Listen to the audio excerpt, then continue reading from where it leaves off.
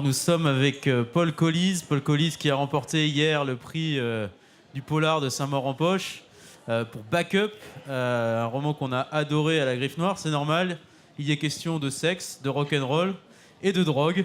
Donc du coup on a aimé, Surtout on a beaucoup drogue. aimé. Voilà, c'est surtout de drogue et donc on a adoré ce bouquin.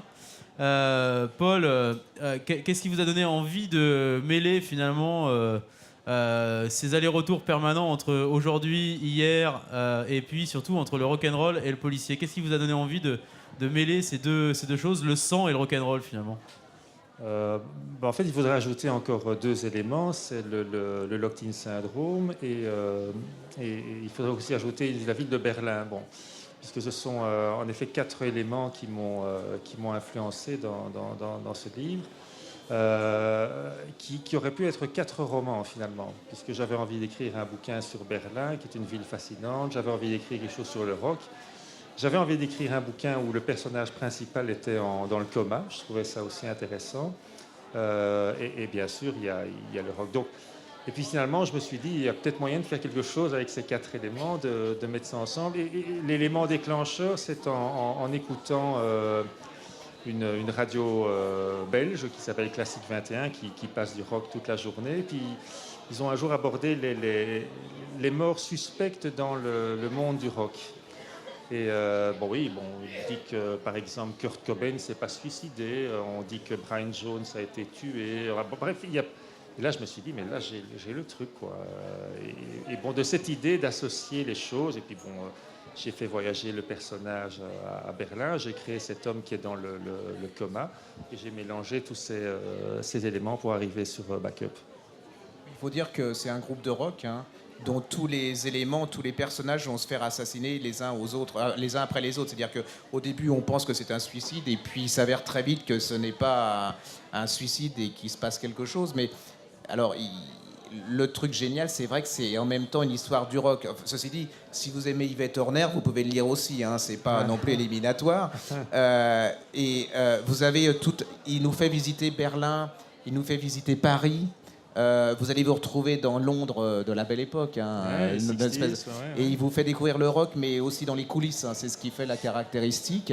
Et puis il a une idée de génie, c'est ce type qui est dans le coma, enfin qui est pas dans le coma, c'est-à-dire que la caractéristique de syndrome, c'est que rien ne marche, c'est-à-dire qu'ils peuvent pas bouger, mais ils pensent, mais ils peuvent pas parler. Et je trouve que son truc, il est génial, c'est-à-dire que tout le long du livre, vous vous demandez qui a tué ces types, et est-ce que le type dans le lit, c'est lui qui est le... Et jusqu'à la fin, parce que ce qui est un truc qui m'énerve dans les polars, c'est que souvent, on vous donne la réponse au début. Alors ça, c'est un truc, ça m'horripile. J'ai payé 10 € pour savoir dès le début qui a tué, donc ça me gonfle pas, à moins d'avoir... Et là, il réussit le coup, c'est que jusqu'au bout, vous ne savez pas qui a tué. Et en plus, c'est un écrivain, hein, ce qui n'est pas le cas de tous les... Voilà. Et donc... Merci. Comment vous avez travaillé justement sur cet univers du rock'n'roll? Est-ce que vous êtes beaucoup documenté? Comment vous avez travaillé? Est-ce que vous avez fait des voyages à Berlin justement? Est-ce qu'au niveau de la drogue, vous avez essayé? Voilà, oui, j'ai tout essayé. Au niveau de... Le sexe aussi. C'est du sexe aussi. Oui. Oui. Alors, le rock, vous savez, quand j'avais 10 ans, parce que je suis né en 1953, donc faites le calcul, quand j'avais 10 ans, mes petits camarades voulaient être pompiers ou pilotes d'avion. Moi, je voulais être Beatle. Donc ça m'est venu très tôt, le rock. Donc moi, j'ai vécu l'arrivée des Beatles. Je les ai vus arriver, ces types-là, avec leurs cheveux bizarres. Je peux juste vous redire, oui. Il faut signaler, le monsieur, il est belge. Mais personne n'a remarqué ça. Non, hein. si. Non. Comment vous dites Beatles Les Beatles. Et vous dites comment, vous? Nous, on dit Beatles, mais vous êtes Beatles. Ah, les Beatles, oui. C'est le beat. Et donc, je suis... maintenant, évidemment, je suis un type bien, vous voyez, mais il fallait me voir en 68. La touche que j'avais, c'était pas la même chose. Hein. Donc, j'avais les cheveux et tout, la colombe dans le dos, enfin... J'avais le complet. Comme moi et comme Gérard aussi, les gens, je crois d'ailleurs.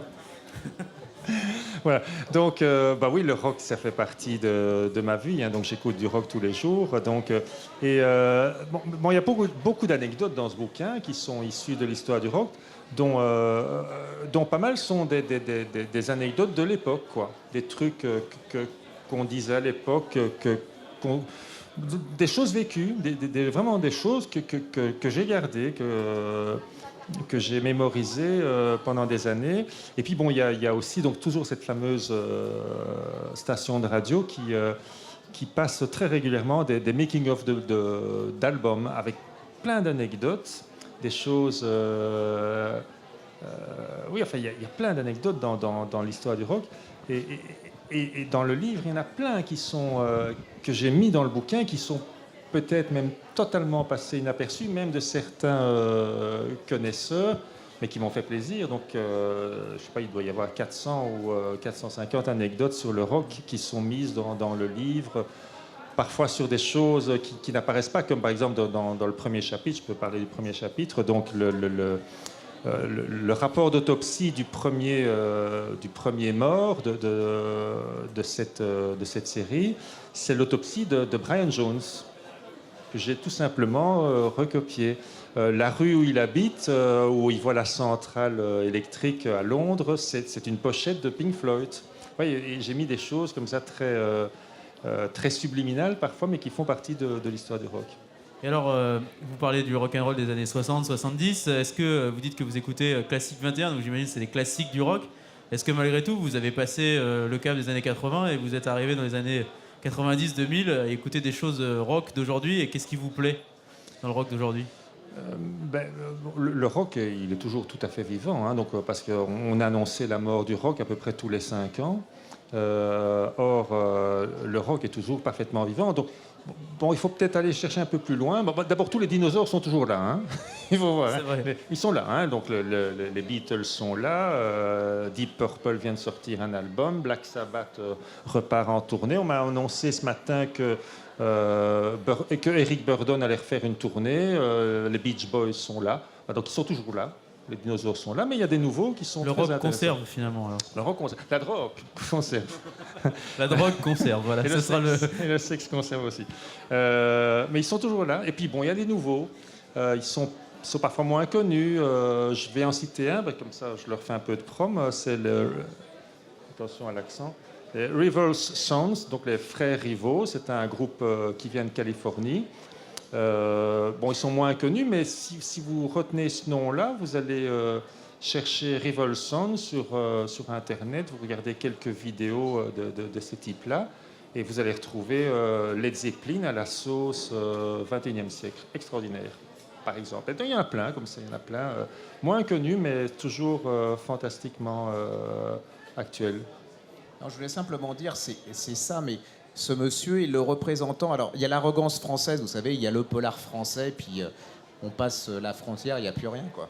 À part, je sais pas, le chocolat belge, enfin, vous voyez, les trucs à la con, enfin, voilà. Et il est représentant d'une nouvelle école, il y a une nouvelle école française du polar, mais il y a aussi, enfin, je me trompe peut-être, mais pour moi, une nouvelle école du polar belge, dont il y a des représentants extraordinaires.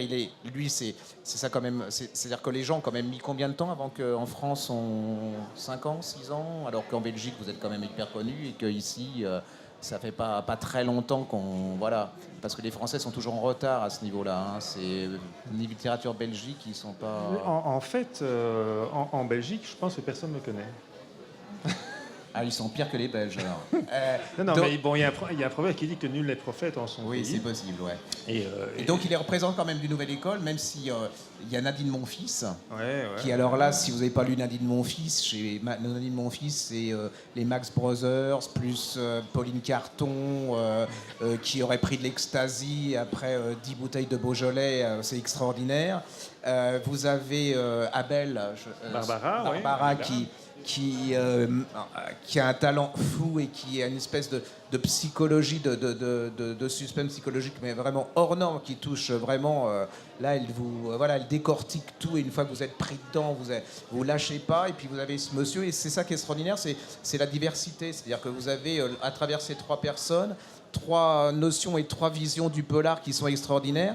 Et si je peux vous conseiller sur ce salon, si vous n'avez pas encore été, vous prenez les vacances d'un serial killer de Nadine Monfils en pocket, et là vous aurez... C'est moins cher que l'Ecstasy, c'est moins cher que le Beaujolais, et au bout de 10 pages, vous êtes complètement barré. C'est-à-dire que, par exemple, je ne sais pas si vous connaissez, mais il y a dans Nadine Monfils, il y a Mémé Cornemuse qui adore les Écossais parce que sous leur kilt, il n'y a pas de slip, donc donc elle adore ça. Et elle a eu cette trouvaille qui, pour moi, restera un des monuments du XXe siècle, c'est-à-dire qu'elle lit l'avenir en soupesant le testicule droit des hommes parce que c'est le testicule de l'amour. Donc après ça, je crois que tout est dit. Après ça, tout est dit, je crois. Et voilà, donc c'est un côté fou au diard et tout. Vous avez ce monsieur qui est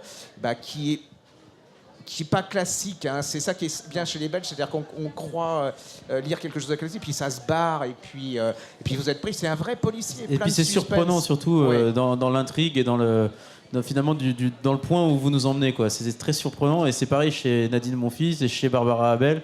C'est vrai qu'il y a une vraie école belge aujourd'hui du policier. Et une caractéristique des Belges, c'est qu'ils ont beaucoup de recul sur eux-mêmes quand même. Je trouve que nous, on devrait, en tant que Français, prendre une sacrée leçon. Ils ont presque un flegme britannique. Beaucoup d'humour. Oui, tout c'est ça, mais avec plus de chocolat. Et, c'est ça. Donc, allez-y, si vous, une fois fini cette chronique, vous allez voir... Ils sont tous là. Donc, Barbara Abel, Nadine Monfils et ce monsieur, et vous allez passer 3 moments différents absolument géniaux. Voilà. Merci beaucoup Paul Colise, merci Gérard, et puis comme on vous a dit, la Belge Connection est juste derrière la scène, donc allez-y. Merci.